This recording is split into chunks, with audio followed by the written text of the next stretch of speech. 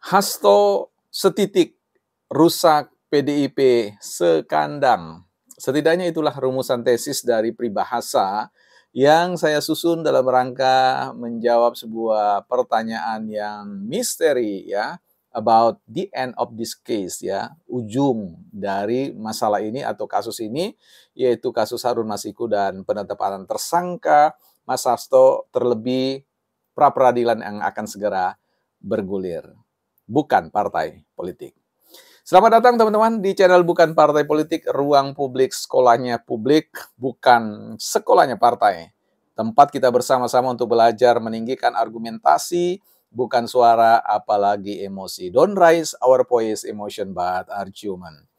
Ya, teman-teman, sebelum kita bicara tentang sebuah buku tentang perselingkuhan hukum dan politik ya, yang pernah kita bahas, kita buka kembali, kita lihat poin-poin tertentu dalam negara demokrasi, ditulis oleh seorang yang tentu pernah menjabat sebagai ketua fraksi ya di DPR dan punya pengalaman ya di dalam proses ya perselingkuhan politik dan hukum yang ditulis secara terang-terangan ya untuk menjadi pembelajaran buat kita semua. Sebelum itu, saya ingatkan kembali untuk mengundang teman-teman yang ingin berinvestasi di IKN, ada investasi tanah kami 10 kali 20 ya, di sekitar IKN 10-15 menit tepat di pinggir jalan, dan hanya dengan 1 juta rupiah teman-teman bisa mewujudkan impian membangun rumah, kantor, atau bisnis di masa yang akan datang. Buat Anda, keluarga, dan sahabat-sahabat dimanapun berada ya, masyarakat Bhinneka Tunggal Ika Nusantara kita. Baik, kita kembali kepada bahasan kita tentang Hasto setitik ya, rusak PDIP sebelanga. Dalam konteks kok sebelanga, sekandang ya. Kita mau bicara tentang apa yang menjadi dinamika politik atau suhu politik yang kelihatannya sebenarnya sudah mulai melandai ya. Tidak segarang, tidak gaspol lagi ya, karena dalam berbagai macam kehadiran di ruang publik kelihatan sekali para elit ini sudah mulai mereposisi atau meredefine position ya, mendefinisikan ulang tentang posisi dan bagaimana berpolitik bersuara di ruang publik ya. Sekalipun demikian, tentu para penggiat-penggiat pemerhati-pemerhati korupsi politik dan demokrasi masih saja kemudian terus mengejar dan mencoba untuk merajut, mengurai kasus ini seperti apa ya, perubahan-perubahan politik seperti apa. Nah, teman-teman, sebelum kita bahas tentang itu, kita mau baca dulu sebuah buku di sini yang tadi sudah saya katakan. Ada ungkapan ya, bukan ungkapan, tapi statement, komitmen kekuasaan yang baik pada penegakan hukum akan menyebabkan hukum bisa menjadi pondasi untuk membangun sebuah peradaban. Jadi kalau kita berbicara tentang hukum itu, ya kalau kita bicara tentang perspektif hulu dan hilir, ya hulunya di atasnya adalah pondasinya adalah kekuasaan. Jadi politik itulah yang sebenarnya kinerja politik, kualitas politik itu yang pada akhirnya menjadikan hukum itu bertenaga, berenergi dan sebagainya ya. Jadi kalau hukum ya di hulunya sudah berpersoalan, maka ya di hilirnya juga persoalan ya, flowing ya, from above ya. Jadi mengalir dari wilayah atas, wilayah politik.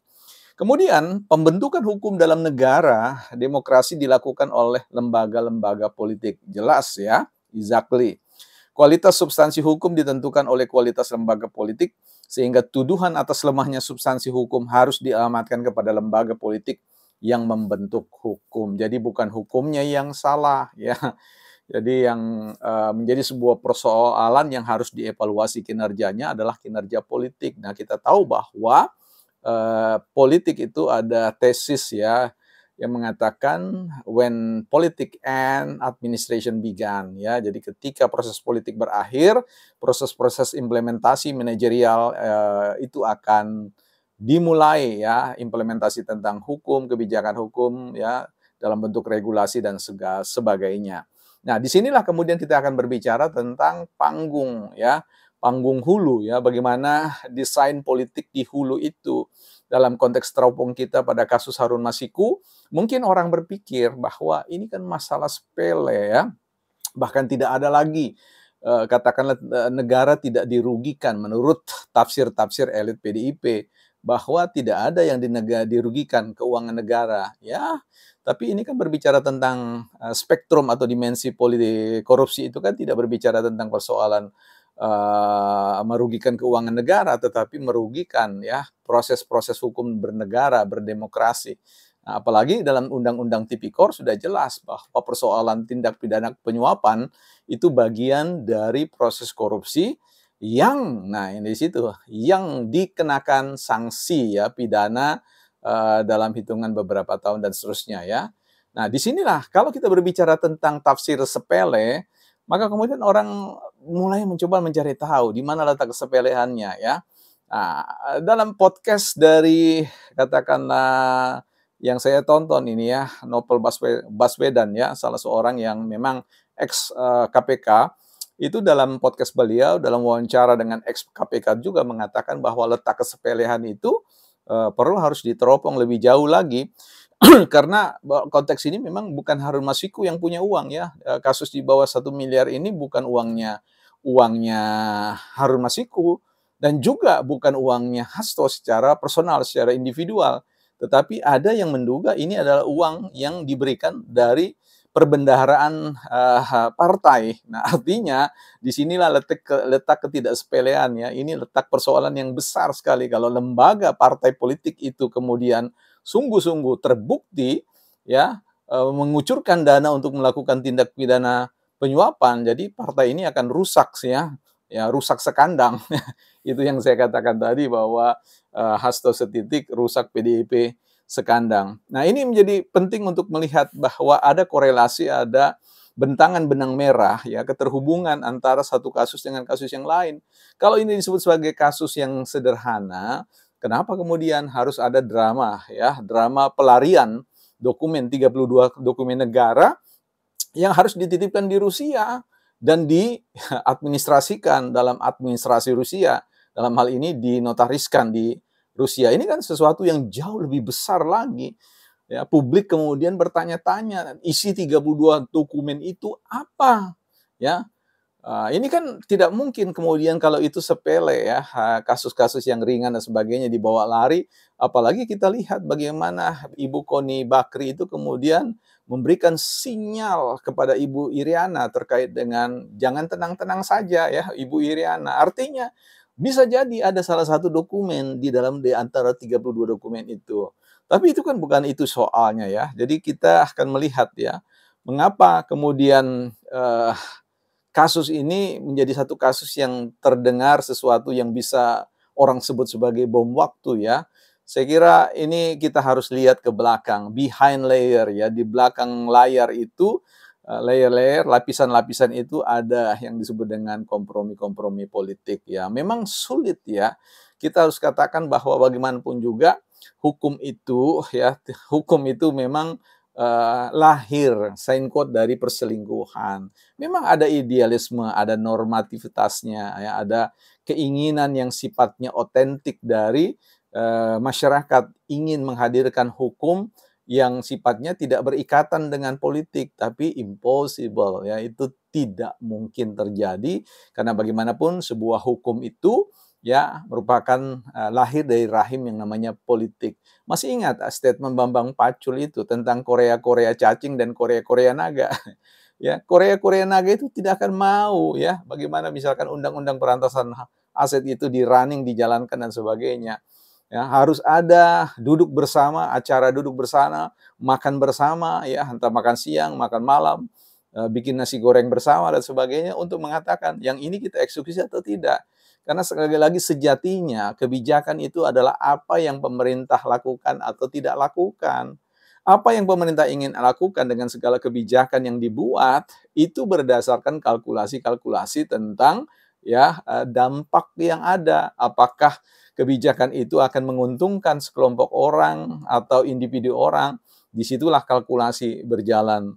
Nah, saya melihat bahwa dalam konteks di mana Indonesia ya boleh dikatakan hampir di semua titik birokrasi, titik lembaga-lembaga institusi politik kita itu ya terkena nota atau katakanlah nilai setitik. Saya kira ini bukan sebuah hal yang sederhana. hanya dengan mengatakan si A korup, si B korup, ya, yang A tidak, yang B tidak, yang C tidak, yang D korup, tidak seperti itu ya. Jadi sekali lagi inilah kita hadir dalam sebuah konsensus politik ya. Demokrasi is demokrasi, tapi konsensus is konsensus. Jadi setiap orang harus belajar memahami ini dan belajar menerima. Ini bukan persoalan tebang pilih ya, dalam pengertian, dalam benak yang dipikirkan oleh kebanyakan orang. Politik itu selalu tebang pilih, tidak pernah tidak tebang pilih. Saya terbuka harus mengatakan, artinya akan dipilih mana yang ditebang.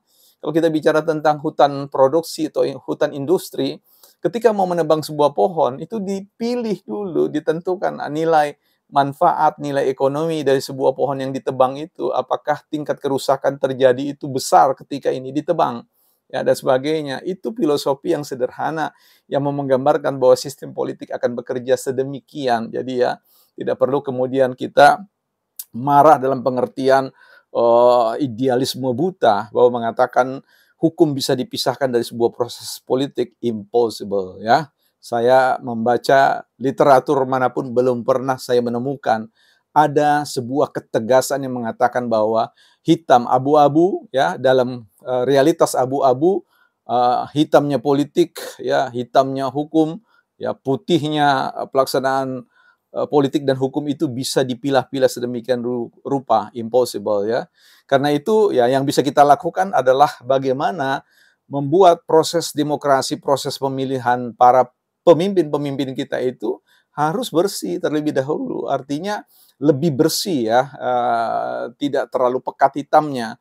Karena bagaimanapun kalau kita bicara tentang demokrasi, pilkada, pilpres, ya, legislatif, ya kita lihat money politik berjalan, ya politik transaksional itu kemudian selalu hadir, dan kemudian kita mau meminta sebuah pelaksanaan hukum yang bersih, bebas dari kekuasaan. Impossible ya.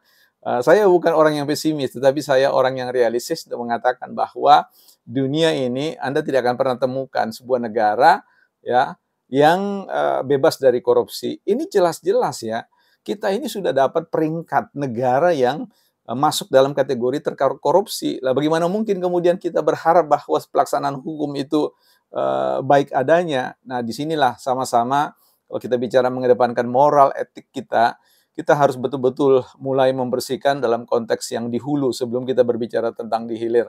Proses demokrasi kita banyak sekali ya, money politik itu bekerja terang-terangan ya, dan kemudian kita mengharap air yang mengalir dari hulu yang kotor ya itu kemudian jernih di bawah. Impossible ya. Sekali lagi, bukan partai politik pesimis, tetapi inilah realitas politik kita. Jadi apa yang ingin kita simpulkan bersama, happy ending ya, artinya akhir dari sebuah perjalanan Hasto dan PDIP ini saya kira akan duduk bersanding dan melakukan disebut dengan bargaining position, tawar-menawar ya, mana yang harus ditebang, mana yang tidak harus ditebang, mana yang bisa disentuh, mana yang tidak boleh disentuh.